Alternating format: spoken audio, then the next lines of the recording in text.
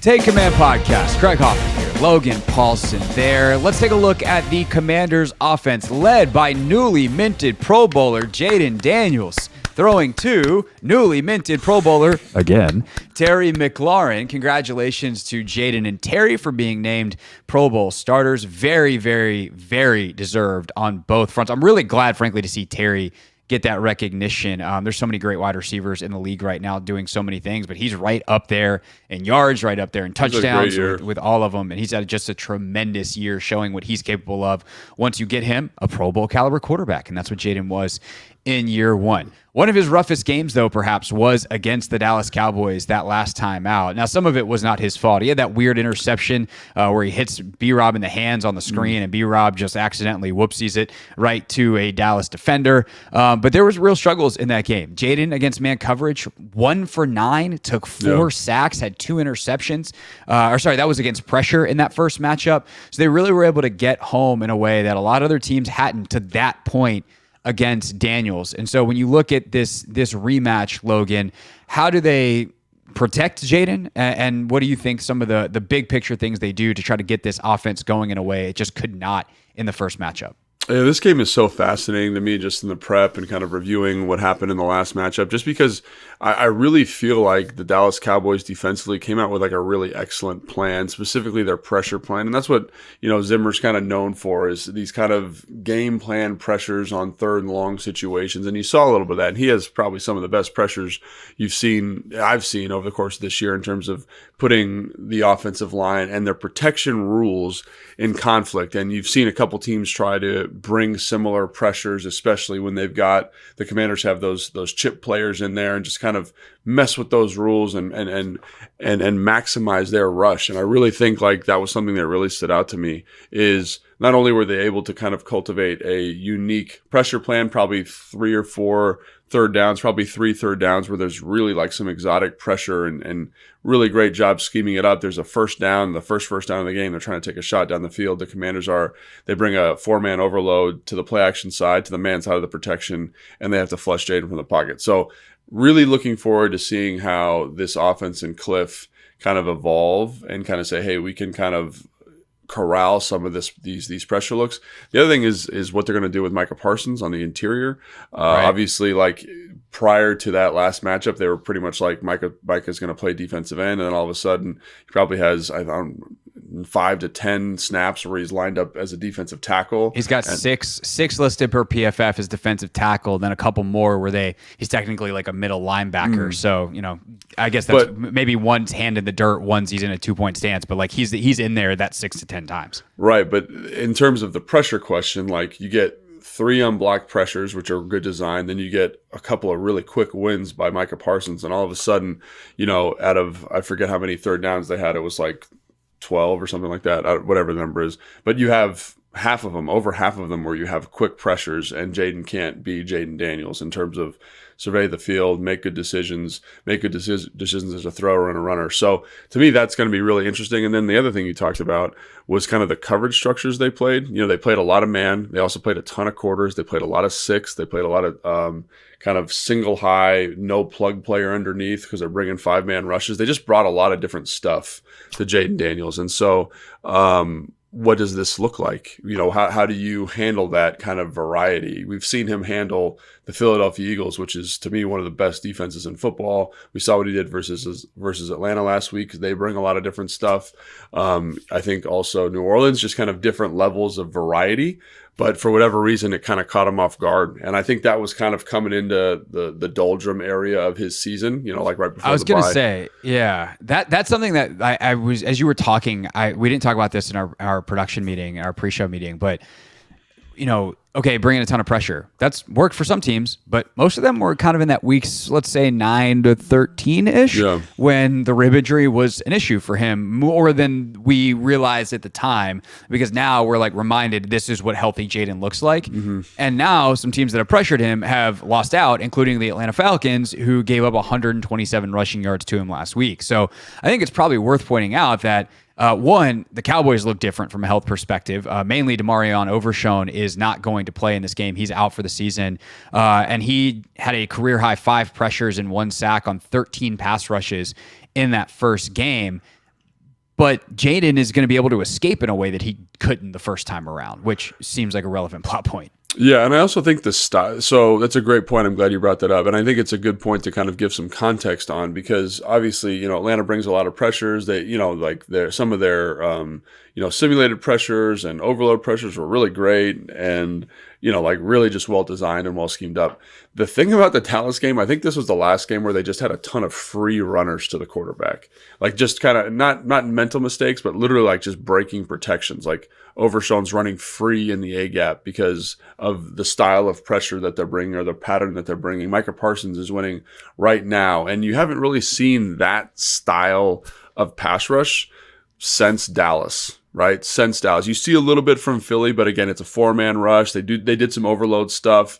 I think you saw that in the second matchup where Jayden's kind of got a little bit of pressure, but the quickness of the win was really just, it was incredible last game. So that's one thing that I'm curious to see how they handle.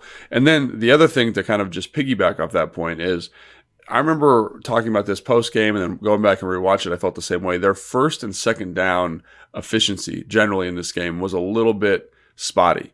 And so you look at the Atlanta game and their first and second down efficiencies, great, right? Because Jayden Daniels is making great decisions as a runner. They've got the quick game going. They're kind of always in relationship to the sticks, or in the relationship they want to be in the sticks. And I remember in the Dallas game, there was a lot of situations where they weren't. And like, you get to a 3rd and 4, and then you drop the slant on that down and distance. And so there was just a lot of things like that in the game where they're what they wanted to be, like versus Atlanta. I think this is a good example. So versus Atlanta, they were really hyper efficient, like whether it was the scrambling, whether it was the quick game, whatever it was, they were really efficient. They possessed the ball for big chunks of that game and not a lot of big plays, right? And then you look at kind of the other game, which is the Philly game, and they're able to find not a lot of efficiency, but a couple big plays. And in the Dallas game, they weren't really able to do either one of those things well. They couldn't find the explosive play, and they weren't overly efficient. And obviously the explosive plays come in the fourth quarter, where it's that crazy comeback, and they're like all of a sudden in a dogfight, which didn't really feel like, it kind of felt like it was out of reach the whole time. But I do think that's going to be also very interesting is, can you be efficient or can you be explosive? And they've won games when they can do one or the other. And obviously Dallas was the last time they weren't really able to do either. Right. So when you look at the strategy of being either efficient or explosive, one, do you have to choose? And two, which choice would you make? Because it felt like they definitely made a choice in the first game. The choice was, we're going to try to be explosive. It didn't work, and that really was tough sledding. Now, you might say, okay, we'll just go with the efficiency route. Well, Philly hits a bunch of big explosive plays in their game last week, and they put up 41. Yeah. 3 of their 5 touchdowns, I think, are 20-plus yarders. I mean, they're in the high, they're just outside the red zone, but there are those 20-plus yard shots into the end zone. Some of that was, by the way, basic day one install stuff. They scored a touchdown on Dusty. They scored one on like a smash slot fade concept, and you're like, that is easy stuff. That's Philly though. They have AJ Brown and Devontae Smith, and so they can run simple stuff, and it works exceptionally well. But if you're Cliff thinking about what happened in that first game and who you want to be, do you try to just hit a bunch of quick game? And also, I think it's worth mentioning 2 other factors, or one other factor here in 2 prongs. Your own personnel, right? If Tyler Biadasz is out, that's going to change how you feel about your protection, both getting called and it getting executed. And if De'Ami Brown is out, and both those guys missed practice on Wednesday, which as we record this Thursday morning is the latest information that we have, if De'Ami Brown is out, you're very limited on your explosive downplay receiving threats. So that seems like a relevant plot point as well, as you put together a game plan and make that decision. Yeah, and what I would say is, just after watching the Dallas game, I really liked how aggressive Cliff was, but I just think it was just like a little bit too much. And again, it's easy for me to play Monday morning quarterback and kind of make that assessment, but I would just say, just be a little bit more selective about your explosive opportunities, right? Just be a little bit more deliberate about, it doesn't need to be every first down, doesn't need to be every time you cross the 50. Like, if you're feeling good and the quarterback's locked in, like make that throw. The other thing I would say too, which I noticed on rewatch, which was a little surprising, is Cliff, I think throughout the year has just done a fantastic job of getting Jayden comfortable very early in the game. Like we got a quick completion, we got a click, whatever. And that wasn't really there. Like their first downfield shot, because it comes off a turnover, is like Terry's running what I would call like a Skinner. Like there's double posts to the offensive left, and there's a little bit of a rush. Jayden has to scramble out, but like there isn't an easy completion for him until, and it's not really Cliff's fault because like game flow situation kind of lead to that. But I'd say like, let's make sure he's settled in. He's the best player on the field for the Commanders on offense usually. Let's make sure he's settled in, feels comfortable. And then just to Cliff, like, let's make sure that we can kind of play both sides like you're saying. I don't think you need to make a choice. I think lean into the quick game, lean into the rushing attack. Those are things that have been really, like when you look at how effective they've been throughout the year, are really just top shelf items for this team in terms of efficiency. Then when you get kind of that play, that moment, call it. And it doesn't need to be every, like there was times in the New Orleans game where you could feel Cliff trying to get the big play, right? And so every first down, he's taking a shot. And they just couldn't execute. The coverage is good. The rush gets home, whatever it is. But like, let's make sure it's one we love, when we know we feel very confident we're going to hit. It's got answers, and let's call it then, as opposed to kind of that, that urgency to get the chunk, I guess. For sure. And I think especially because of how well they're executing recently in the red zone, you don't have to score on big plays. Like, I'm okay getting down to the red zone. And some teams are just so bad down there. It's like, all we're going to do is drive between the 20s and then kick a field goal. I don't want to do that. And especially with the state of kicking this year in the NFL, some teams might not trust their kicker.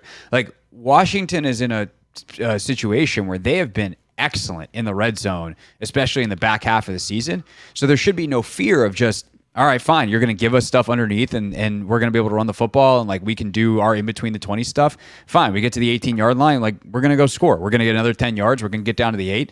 We'll get another 6 yards, get to the 2, and then you have to deal with Jayden Daniels on a zone read, triple option pass situation. Like, right. We trust that. That if you give us 3 shots at it, we'll be able to get in. So I think that also should influence the play calling. One last piece of this that is we should spend a little bit of time on just because we don't know, but certainly something that we can spend more time on previewing the playoff game, because I would imagine that is definitely when this guy plays. Austin Eckler might be coming back. Right. They've opened his 21-day practice window. He was a full participant Wednesday. If I were them, I'd definitely want to see if I can knock a rust off before he just goes full bore in a playoff game. But as they look for options for explosive plays, they got so many from Austin early in the season. I would definitely consider, that as an option in the screen game or using him in a variety of ways. And they didn't have that option in the first game because he got hurt against. Actually, no, that's the game he got hurt. It was late in that game against Dallas. So, what would he bring back to this offense in terms of accomplishing both the explosiveness goal and the efficiency goal? I think that's exactly what you're looking for, right? It's just those explosive opportunities. And everyone says, "Oh, you might not score on the explosive plays," but it does make it more likely to score. Like even if you just got like a 30 or 40 yard chunk, like it's just less times you have to screw something up as an offense, right? And that's one of the reasons why when they go on these 7-minute drives, and there was 2 of them last week versus Atlanta, you're kind of like, that's so unusual, because on one of those drives, and we saw a little bit of it and we talked about it in the review show, is you get a penalty, you get a holding, you get a drop pass, and it derails the whole drive and you can't overcome it. Obviously, they were able to do something really special and overcome a bunch of penalties and overcome some drop passes and just general kind of lack of like super sharp football. But usually that's the exception, not the norm. And so with Austin, again, like he gives you like, hey, here's a little screen, here's a bubble pass that I'm able, or a draw that I'm able to kind of turn into a 15, 20 yard game. That's an explosive play, right? That's all we're saying. So it just eliminates the idea of having to go 5 plays to get to 25 yards, and there's 5 opportunities to get a hold, to get a drop pass, to get a sack, whatever it is, and all of a sudden we're there. So I'd say that's what I look at him and his skill set and what he did so well early in the year, and what Cliff did so well, and Anthony Lynn and the whole staff did well, is really just kind of saying, hey, like Austin, like we're going to make sure that you find these opportunities, and Austin did a great job executing on them. So I think that's, if he came back, that would be definitely something I'd look at. But I don't know. To your point, like the rust thing is interesting because guys who haven't played a lot of football, and I know he's played a lot of football in his career, but coming back off something like that, it'd be interesting to see like where his headspace is at, and you might want to get him a couple couple touches just to see how comfortable he is again before you like need him in the playoffs. For sure. And, it's something talking about Eckler, I was reminded of from the first game too. They had great field position all day and could not take advantage. Yeah. So, making sure they maximize these opportunities. So that'll be definitely interesting to watch. Anything else on the offense? I guess we should talk quickly about the run game and the ability to get that going with or without Eckler. B-Rob, it's funny because last week everyone's like, oh, B-Rob was like the narrative, right? Is B-Rob had a bad day. Chris Rodriguez was awesome. We need more Chris Rodriguez. And I think emotionally, like we kind of felt that way almost after the game. I certainly did. And then you go back and look at the numbers and you're like, Chris Rodriguez had the greatest 6 carries for 15 yards in NFL history. Because I actually should look up the number. I'll try to do this as you talk here. The amount of yards he had after contact last week was definitely greater than his actual rushing total. Because he got hit so often behind the line of scrimmage and then made it work. But B-Rob also had a pretty good day by the end of it. I mean, he hit some big gashes in the second half. So what do they do, or what do you think they can do well against Dallas to have that part of the game, both Jayden and the quarterback run game, but also the designed running back running game, get back on track heading here into the playoffs? Yeah, I'm really glad you brought that up about B-Rob because I did think he had a very effective performance versus Atlanta, and I know it didn't probably feel that way, but when you go back and watch the tape, it's there on film. The thing that sticks out to me about the last matchup is just how aggressive and how fast Dallas's defense was at penetrating. And we've talked about this a bunch when the Commanders have played Philly, obviously getting ready for Grady Jarrett, but when there's like these fast penetrating defensive linemen, it seems to give the Commanders a really tough time. And obviously they've installed a little bit of trap. They've installed some wham, which is a good way to deal with that. So I'd expect to see more of that. The other thing I'd expect to see is more of that pre-snap motion and kind of jet motion, just like right before the snap that you saw versus New Orleans, as a way to get their safeties and corners to soften up and kind of be a little bit less aggressive in the run fit. Because like as we were talking in our pregame meeting, like their leading tacklers are Eric Kendricks, who's the middle linebackers, that makes sense, Donovan Wilson, who's a safety, and Malik Hooker, who's also a safety. So like their safeties and run support are a big deal, but they also have coverage responsibilities. So like if you look at what Atlanta did to the Commanders in the first half of that game last week, they did a lot of stuff just with formation to make those run fits a little bit harder. And Cliff has done an excellent job of that throughout the year. So I would expect to see a little bit more of that in terms of like, hey, we got to deal with the penetrator. We just talked about our traps and our whams and just kind of making that a point of emphasis mentally when we're talking about this team. But also like, let's get in some different formations, spread them out a little bit, give them a little bit of eye candy beforehand, and really make them think about where's my fit? How do I get into this run? And I think there'll be more opportunities there. And I think one of the things that stuck out to me about the last matchup is it felt like they were like, we can run Baltimore's runs. We can do what the Baltimore Ravens did to the Dallas Cowboys. And I think that game was earlier in the season, maybe like week 3 or 4. And obviously the Baltimore Ravens rushed for some ungodly amount of number. And as we've talked about, like our offensive line is good. They're tough. They're physical. They're smart players, but they're not that mauling group that Baltimore has cultivated, right? They need a little bit of help. And so I do think understanding that and having that context around this team, makes this matchup a little bit more exciting from a run game standpoint, because I do think they get a little loose in the back end because they're having guys from fit runs from quarters positions, which is 10 yards off the ball. So you can mess with them a little bit. And so I'd like to see that. And I do think you can cultivate a really fleshed out rushing attack versus this team. And I expect them to be much more effective because, again, they kind of understand what this team does and what they want to do from a run stopping standpoint. For sure. And just to close the loop on Chris Rodriguez's performance against the Falcons, he did indeed have more rush yards after contact than he did rush yards. He had just 5 carries in the game for 16 yards, but it was 23 yards after contact, an average of 4.6 yards per attempt after contact. That's wild, man.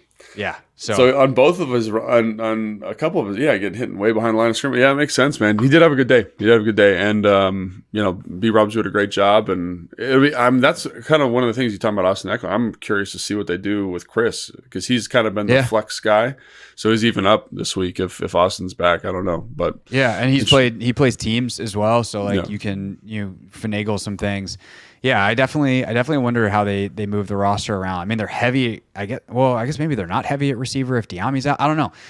Yeah, it's because of kind of the injury situation. They got to keep certain guys up at certain spots, and all of a sudden, kind of the roster math, if you want to get Austin back, is tough. And that's why that's one of the reasons Adam Peters and that staff make a ton of money, because of all the shifting and the people, and this guy's up and this guy's down type deal. So it's just unrealistic to have 4 guys up and plan on using them all too. So like McNichols, Eckler, C-Rod, B-Rob, like they're not all gonna get touches. So the thing is though, like I don't want to cut Rodriguez. That's the thing, is like I want to make sure that he's still on the roster just in case. But I also don't know that he's going to be active on game day. Right. I also wonder, like with the receiver situation, like we made a big deal about KJ Osborne when he got signed because it happened right. Like he's a guy that got claimed. He's had some nice numbers. Like he didn't really do a lot last week. And he's been inactive every week until last week. So like, I don't know. Maybe that's something where if like, hey, Bryson Tremaine can play teams for us.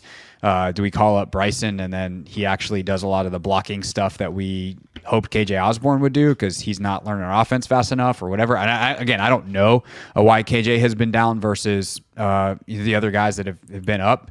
But he definitely did not have a lot of snaps last week. I'll put it that way. So that is something to keep an eye on as well. And then again, maybe by the time that folks are listening to this, you save the preview pod for Sunday morning, you have all the answers because they've done all this stuff already. But we will see. And obviously, we always have the injury report as soon as it comes out on Friday at about 4:15-ish on the Hoffman Show live on the radio. So tune us in on the Team 980.